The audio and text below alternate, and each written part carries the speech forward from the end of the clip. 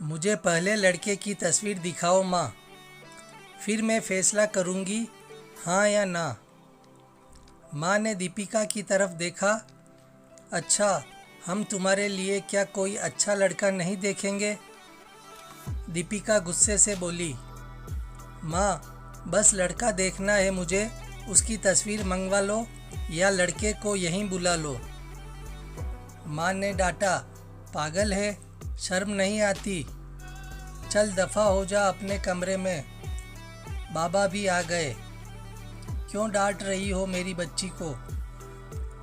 दीपिका बाबा के पास गई और जाकर कहने लगी, बाबा, मुझे लड़का देखना है। बाबा ने मुस्कुराकर कहा, हाँ बेटी, तुम्हारी मर्जी से ही शादी करेंगे। कल मैं उसकी तस्वीर मंगवा लूँगा। लड़के का अपना होटल है, पढ़ा लिखा है। लेकिन दीपिका को तो लड़का देखना था। लड़का तो अच्छा है। दीपिका ने हाँ कर दी। 10 दिनों में ही दीपिका की शादी हो गई। दीपिका का हमसफ़र दिनेश, दोनों की अरेंज मैरिज थी। ना कभी मुलाकात हुई, ना कभी कोई बात। कभी एक दूसरे को मिले भी नहीं। ये ऐसा पवित्र रिश्ता होता है, दो अजनबी एक जान हो जाते हैं, जो कभी ज़िंदगी में मिले भी ना हो, 2 पल में एक दूसरे की जान बन जाते हैं। पहली रात थी। दिनेश कमरे में आया। हाथ में आइसक्रीम पकड़ी हुई दीपिका नज़रें झुकाए बैठी थी। आइसक्रीम तो दीपिका की फेवरेट थी। दिनेश को नमस्ते की। दिनेश पास बैठ गया। दिनेश थोड़ा सा शर्मिला था। आइसक्रीम खाते ही बोला, जितने पैसे शादी में खर्च किए, इतने की काश मैं आइसक्रीम खा लेता। दीपिका का घूंघट उठाकर बोला, आप खाओगी? पहले तो दीपिका ने शर्माते हुए मना कर दिया। फिर दीपिका सारी आइसक्रीम खा गई। दिनेश ने जब पूछा, आइसक्रीम पूरी खत्म कर दी? दीपिका मुस्कुराने लगी। वो तो मैं खा गई। दिनेश भी मुस्कुराने लगा। बहुत कंजूस हो आप। पहले कहती नहीं खाती और अब देखो सारी की सारी खा गई हो। यह आइसक्रीम 50-50 रुपए की थी। दीपिका दिनेश को पहली ही रात इतना तो समझ गई कि दिनेश दिल का बहुत अच्छा है। जिंदगी अपनी असल मंजिल की तरफ मुड़ गई थी। वक्त गुजरने लगा। दीपिका के भाई की शादी थी। दीपिका 4 महीने की प्रेग्नेंट भी थी। दीपिका ने दिनेश से कहा, मुझे भाई की शादी में जाना है। दिनेश ने दीपिका के पास बैठकर बोला, दीपिका, डॉक्टर ने आपको लंबी यात्रा करने से मना किया है, इसलिए मैं कोई रिस्क नहीं लेना चाहता। मैं नहीं इजाज़त दे सकता शादी में जाने की। दीपिका को बहुत गुस्सा आया। दिनेश, पागल हो गए हो क्या? मेरे भाई की शादी है और आप कह रहे हैं कि नहीं जाना। आप मुझे कार में बिठाकर आराम से छोड़कर आ जाएं। बस दिनेश ने दीपिका का हाथ पकड़ा।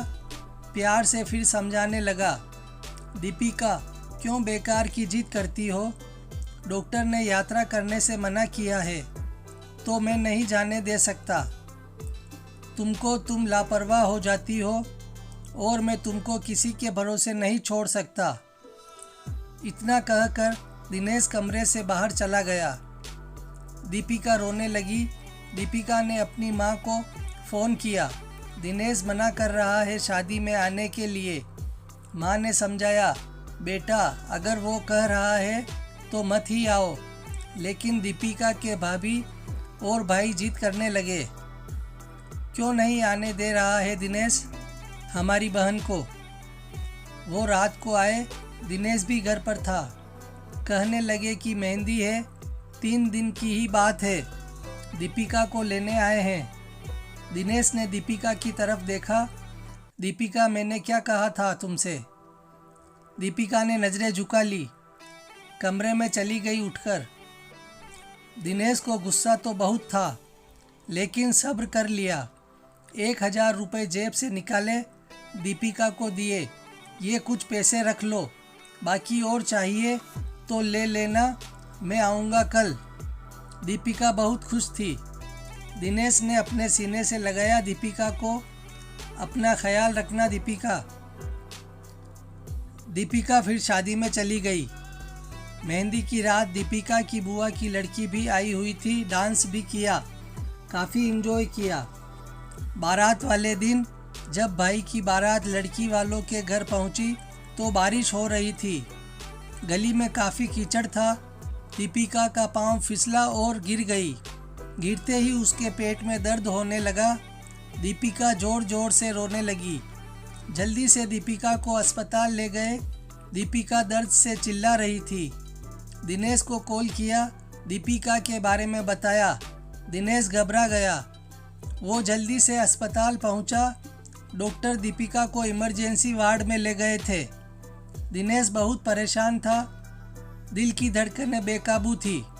जुबान पर ईश्वर का जाप था। बाकी सब लोग शादी की खुशियों में मग्न थे, लेकिन यहाँ दिनेश परेशान खड़ा था। कुछ देर बाद डॉक्टर कमरे से बाहर आए। उन्होंने सॉरी कहते हुए बताया, आपका बच्चा मर चुका है। दिनेश बेजान सा होकर कुर्सी पर बैठ गया। भगवान से हिम्मत मांगकर जल्दी से वार्ड में गया। दीपिका रो रही थी। दिनेश को देखकर मुंह मोड़ लिया। दिनेश पास बैठ गया, सर पर हाथ फेरने लगा। अच्छा चलो, अब चुप हो जाओ, रोना बंद करो, बस ऊपर वाले की मर्जी थी। दीपिका फूट फूट कर रोने लगी। दिनेश, मुझे माफ़ कर दो, मुझसे गलती हो गई। अरे बस बस, रोते नहीं हैं, ऊपर वाले की मर्जी थी, चुप हो जा। दीपिका खुद को गुनहगार समझ रही थी। अब देख, मैं तेरे पास हूँ। दिनेश दीपिका को लेकर घर चला गया। शादी खत्म हुई। सब घर आ गए दीपिका का हाल पूछने। दीपिका खुद पर इल्ज़ाम दे रही थी। मुझे रोका था दिनेश ने माँ, लेकिन मैं जिद करती रही, शादी में जाना है। अगर मैंने इनकी बात मान ली होती तो आज शायद मैं अपना बच्चा ना खोती। दिनेश समझ रहा था दीपिका दिल ही दिल में खुद को कसूरवार ठहरा रही है, इसलिए दिनेश प्यार से समझाता रहा दीपिका को। अरे पागल है, खुद को परेशान न कर, ऊपर वाले की मर्जी थी ना। ऊपर वाले ने चाहा तो हमें फिर से औलाद ज़रूर देगा। दीपिका दिनेश की आंखों में देख रही थी। दिनेश, आप इतने अच्छे हैं, मुझे डांटा नहीं है, आपने कुछ कहा नहीं। दिनेश ने लंबी सांस ली, मुस्कुरा कर बोला, जब तुमने मेरी बात मानी ही नहीं थी तो दीपिका, अब कुछ कहने का क्या फ़ायदा। दीपिका समझ रही थी दिनेश का खामोश गुस्सा। 1 साल बाद फिर ऊपर वाले ने उनको बेटा दे दिया। सब बहुत खुश थे।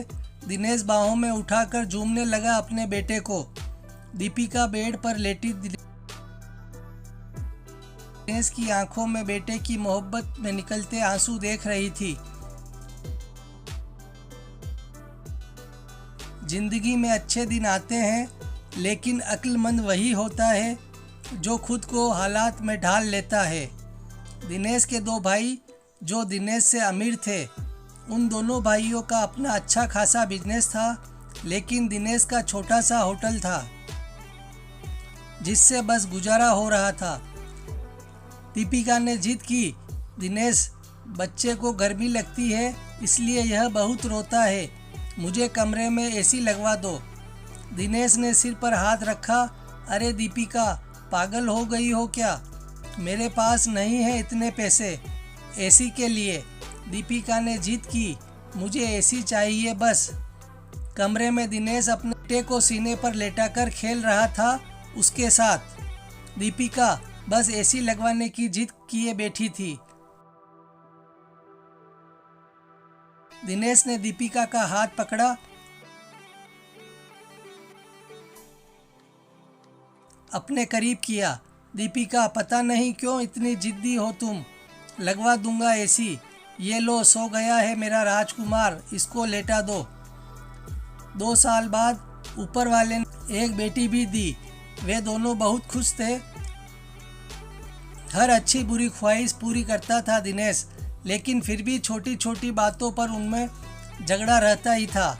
बेटा 4 साल का हो गया था, बेटी छोटी थी। दिनेश का होटल का काम अच्छा नहीं चल रहा था। दिनेश कुछ परेशान था। घर आया, देखा बेटे ने उसका लैपटॉप तोड़ दिया था। दीपिका मोबाइल पर लगी हुई थी। दिनेश ने देखा लैपटॉप टूटा हुआ पड़ा है। दिनेश चिल्लाकर बोला, दीपिका ये क्या है? दीपिका ने देखा ये आपके लाडले ने तोड़ा है। दिनेश गुस्से में पहले ही था। दीपिका को गाली देकर बोला, तुम्हारा दिमाग काम नहीं करता? इसमें मेरा सारा डेटा था, तुम पागल हो क्या? जाओ खाना लेकर आओ। उठ जाओ। दीपिका गुस्से में बोली, दिनेश मैं नौकरानी नहीं हूँ, सारा दिन बच्चों को संभालूं और फिर तुम मुझे गाली दो। सारा दिन इतना काम करो और कदर इतनी सी है, गाली दे रहे हो। दीपिका खाना लेकर आई। बैंगन बने हुए थे। दिनेश ने बैंगन देखे, चिल्लाकर बोला, तुम्हारा दिमाग खराब है? तुमको कितनी बार समझाया है मैं बैंगन नहीं खाता। दिनेश ने खाना उठाकर फेंक दिया, उठकर बाहर चला गया। इतने में बेटे ने कांच का गिलास तोड़ दिया जो हाथ पर लग गया। काफ़ी खून बहने लगा था। हाथ से दीपिका ने बेटे को 1-2 थप्पड़ लगा दिए। बहुत तंग आ गई हूँ मैं तुम बाप बेटे से। बेटे को उठाकर कमरे में ले गई। रो रही थी, साथ ही उसे मैं बोल रही थी, 5 साल हो गए, इस इंसान के साथ बड़ी कदर ही नहीं है। बेटे के जख्म पर मरहम लगाने लगी। इतने में बेटी भूख से रोने लगी। बेटी को गोद में उठाया। इस इंसान की ऐसी हरकतें रही तो गुजारा मुश्किल हो जाएगा। रात भर दिनेश गायब रहा। दीपिका ने भी फ़ोन करके नहीं पूछा।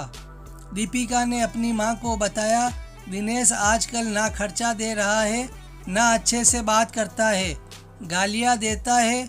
माँ ने कहा, अच्छा हम करते हैं बात उससे। दिनेश को महसूस हुआ उसने अच्छा नहीं किया दीपिका के साथ। आज घर जाकर दीपिका को सॉरी बोलूँगा। घर आया, देखा घर में दीपिका के माँ बाप, चाचा सब आकर बैठे हुए थे। दिनेश ने दीपिका की तरफ देखा। दीपिका खामोश रही।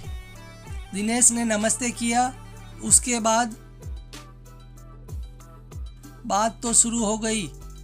माँ चिल्लाकर बोली, क्यों बेटा तुम खर्चा नहीं देते हो दीपिका को? क्यों गालियाँ देते हो? दिनेश को बहुत गुस्सा आया।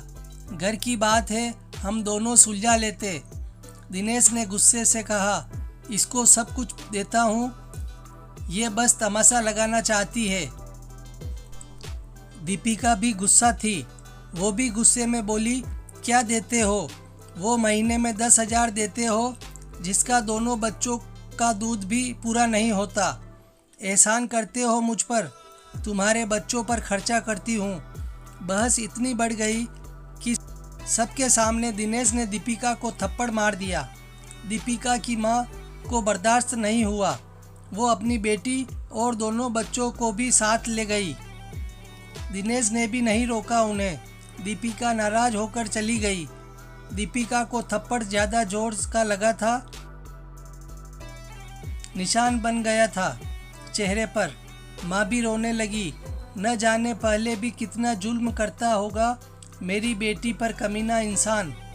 दिनेश पहले से ही अपने होटल की वजह से परेशान था, काम न होने की वजह से, और अब ये परेशानी बन गई। दीपिका मायके में थी, दिनेश यहाँ था, घर में परेशान था।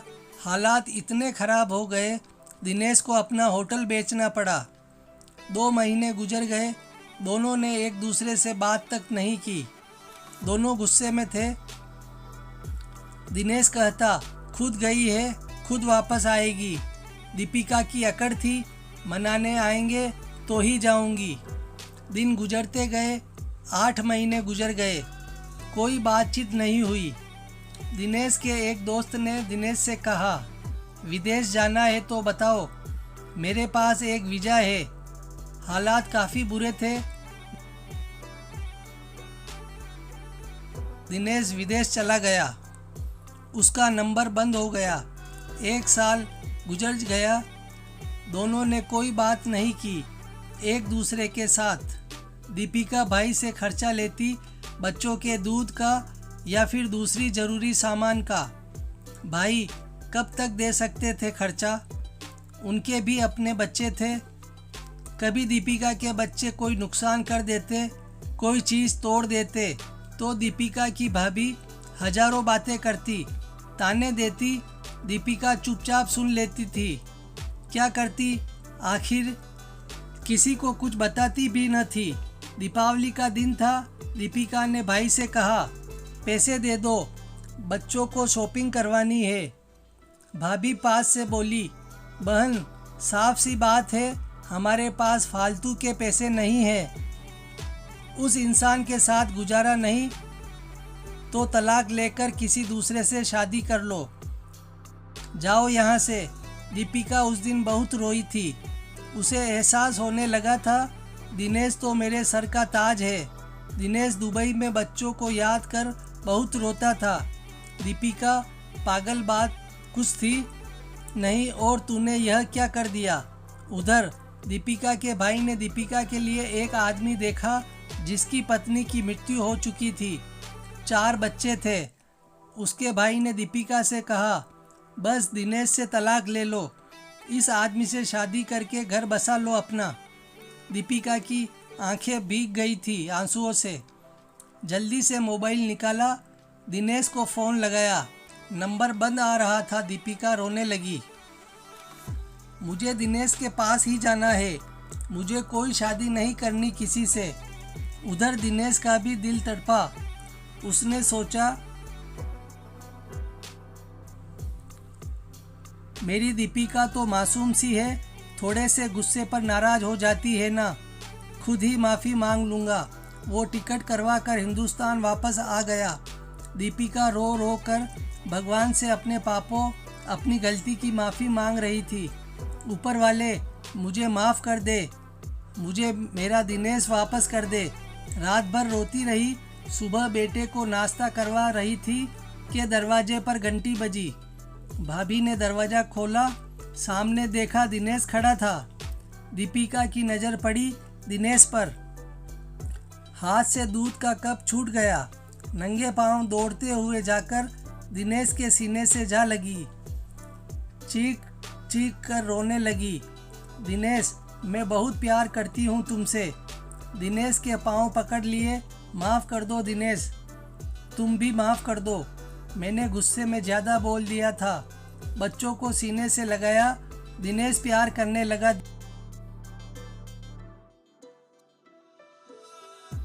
दीपिका भाई और भाभी की आंखों में आंखें डालकर गर्व से बोली, मेरा परमेश्वर, मेरा हमसफ़र है मेरे पास। आप लोगों का बहुत बहुत धन्यवाद। वो दिनेश के साथ घर वापस गई। दोनों खुशी से सब बातें भूलकर जीने लगे। लेकिन वो इस समाज को इतना बता गए, जज्बात में जुदा हो जाना बहुत आसान है, लेकिन जुदा होकर जीना बहुत मुश्किल है। जो एक हमसफ़र महसूस कर सकता है, वो कोई और नहीं समझ सकता। गलत फैसला लेकर ज़िंदगी बर्बाद ना करें। ये सब वक्त के साथ बदल जाता है। हाँ, अगर नहीं बदलता है तो हमसफ़र। अगर कोई नाराज़ है या घमंड में है तो जाओ, मना लो, राज़ी कर लो एक दूसरे को, इससे पहले कि फिर देर हो जाए। आजकल छोटी छोटी बातों पर घर उजड़ रहे हैं। अगर थोड़ा बर्दाश्त कर लें तो ऐसे घर ना उजड़े।